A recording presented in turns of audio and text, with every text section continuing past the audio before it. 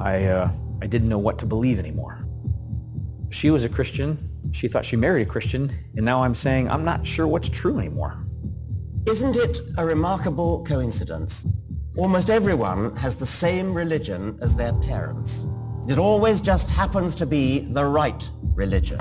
According to Pew Research, the number of Americans who consider themselves Christian dropped approximately 8% in 7 years. Christianity is seen an alarming disinterest.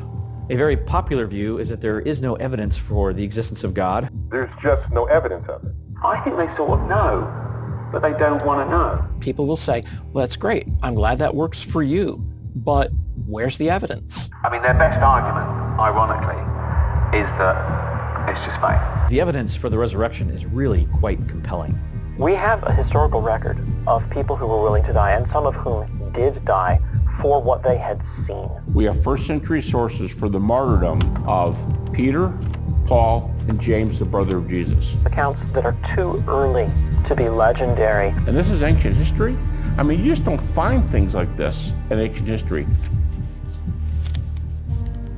One by one, those ancient belief systems have vanished from the face of the earth, and we seem to get on just fine without them. This is not something that just has to be taken on blind faith. It's shocking to me how much even skeptical scholars will often grant regarding the resurrection. I mean, to me, this is just a tight argument for which we have good sources. The Shroud of Turin. Shroud of Turin mystified the world for centuries. Now there's new research that may disprove the claim of people who've said it's an elaborate fake.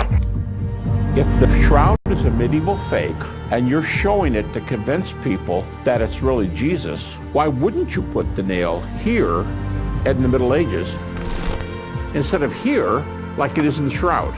And I had this epiphany, and I realized that the public just doesn't have access.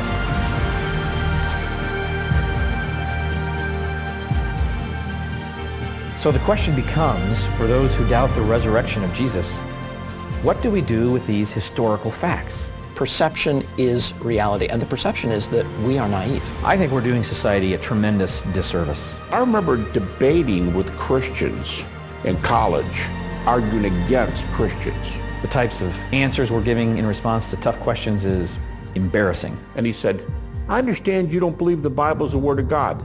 And I said, you're right, I don't. And he said, man, you've got 7 demons in you. And Turner walked away. They mustn't ever engage in logic. I believe the evidence has the power to change society. If they don't hear the answers, the next generation will think there aren't any answers. Pizza and bonfires, that was all they were interested in. Nobody wanted to answer my questions. What if the general population was aware of 1/10 of the evidence? It would fundamentally shake up society.